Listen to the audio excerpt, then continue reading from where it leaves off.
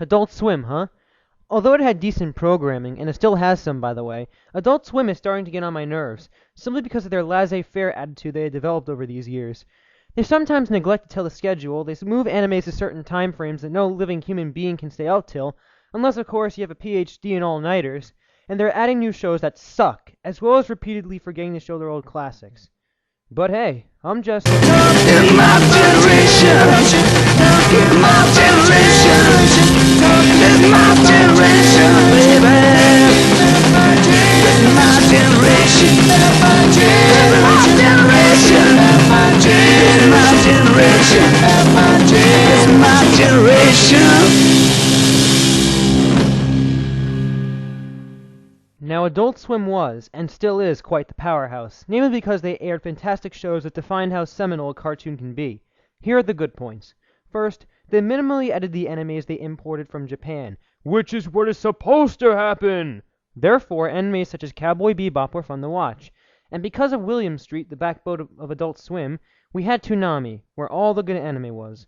It was fun till 2006, when the joke got old and it wasn't funny to repeatedly see Naruto fillers every freaking Saturday. But back to the point. Adult Swim began with original cartooning such as home movies The Brak Show, C-Lab 2021, and Space Ghost.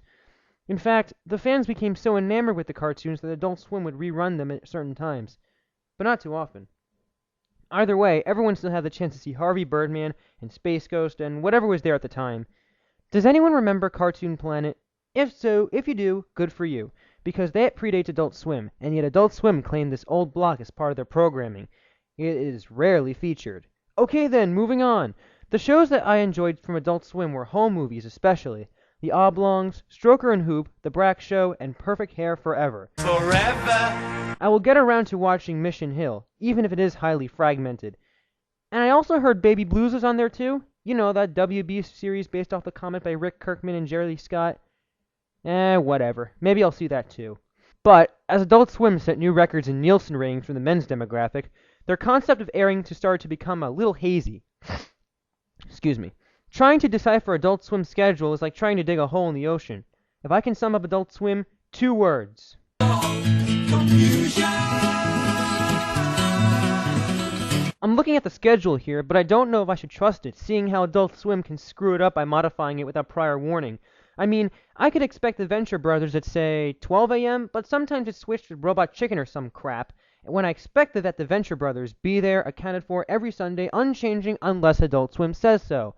I mean, hell, they could rerun Mission Hill episodes when I least expect it, which would be a great thing. However, because of the volatility and indefinite nature of the schedule, I can't trust it completely. And another thing, ever since Adult Swim was in charge of the animes, everything went into the toilet. After a quick look at the Adult Swim's ever-changing schedule, I see a disturbing pattern. Where's the anime? Where's the anime? Where's the anime? Oh, there it is! Bleach at 1 a.m. Okay, that's impossible to see unless you're an independent adult, so not too many problems there. However, when you delve deeper into the second showing of Adult Swim programming, it's kind of disturbing to see all the new or old animes at around 1:30 to 3 a.m. Even if you wanted to wait till Saturday to actually get a glimpse of anime, you would still have to wait through at least 3 hours before the first anime appears. And after that, if you have enough time to stay up, you can watch the rest. But 2 things are a bit strange here. Why the hell does anime start so late at night? I mean, I can understand if you have the privilege to stay up very late and catch a glimpse at anime. If so, more power to you. However, what I fail to understand is why they start so late. All the non-original garbage has to be shown before any anime appears on Saturday. And besides, if you're looking for classics, then, well, new editions of Code Geass won't be around till 2 a.m., Shin-Chan at 2:30, and you have FLCL at 3 a.m. That sucks because I've been trying to see all of FLCL ever since I came across a few episodes of it. It looked dynamic and interesting, and yet on Saturday you have to sit through hours of programming to get what you want to watch. Half of the stuff there is not interesting to me, and I fail to grasp why all the good or okay animes are there when the sun rises. If you really wish to stay up and pull an all-nighter, good luck. Cowboy Bebop at 4:30 a.m. Oh joy, another classic anime pushed back to the brink of sunrise. And I'm sure this will change by next week, because Adult Swim's policy is, Caveat emptor, all things are subject to change without notice. But enough of the animes, let's move on to their new programming.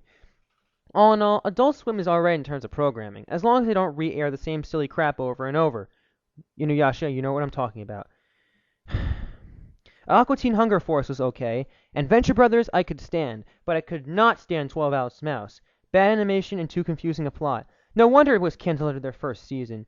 Moral Oral was repetitive and boring, and Solve the Moment, don't ask. At least the creators of C-Lab 2021 created Frisky Dingo, but unfortunately we don't know when the hell will appear again for a new season.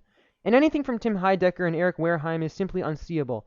I could stand Tom Goes to the Mayor for 5 episodes, but I can't stand Awesome Show. The ear and eye rape ruin it.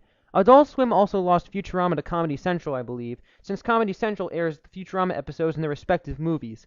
Adult Swim also broadcasts new Family Guy episodes 3 weeks after it is first seen on Fox, so that is pointless. So here's my full summation of their cartooning. Bring back the old, curtail the new. Here's what I want to do to change the Adult Swim up a bit. We'd rerun most of the classics at least once, and bring back them if there's enough support, and get rid of some of the new cartoons. Stuff as the Squidbillies and That Crooked Sip only show how stupid and annoying cartoon is becoming. So things analogous to that has to be ditched. Renegade Angel, same idea. Lucy... No, Lucy's the daughter of the devil. Burn that.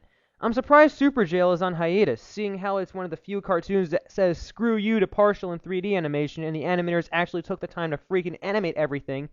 Anyways, simply work on showing other classic stuff instead of the usual suspects Adult Swim runs on a continuous loop. Perfect Hair Forever would have been great if someone got off their lazy ass to make more episodes. And well, that's pretty much it. Adult Swim is a network, and I believe a network's purpose is to broadcast shows that people enjoy watching. People like it when shows follow a predictable schedule, and not when their TV schedule is full of uncertainty. The proof, people complaining about the anime being late or the shows being switched around, and so on, and so on. Simply work on perfecting a stronger, more permanent schedule, and do not forget your roots and what got you guys there. That's pretty much it. That was Adult Swim, and that was my generation.